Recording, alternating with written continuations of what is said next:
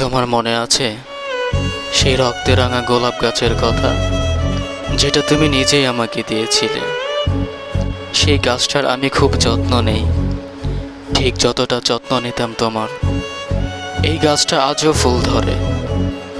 আসলে গাছটা তো তোমার মতো বেইমান ছিল না, তাই আমার ভালোবাসা আর যত্নের মূল্যটুকু সে দেয়। আসলে ভালোবাসা কথাটা আমি তোমাকে বলেছিলাম কারণ দুনিয়ার সবচেয়ে সুন্দর নারী ছিল আমার চোখে তুমি। কিন্তু হয়তো আমি তোমার চোখে সুন্দর ছিলাম না, তাই তো তোমার ছেড়ে যাওয়াটা অস্বাভাবিক কিছু ছিল না।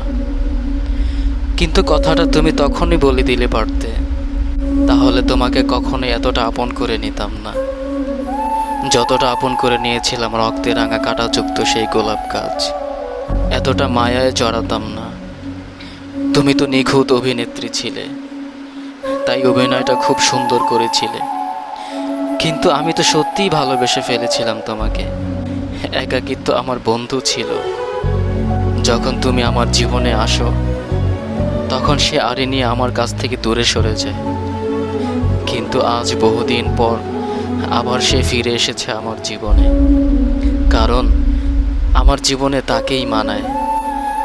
আসলে অতীত ভুলে যাওয়াটা এতটা সহজ নয়।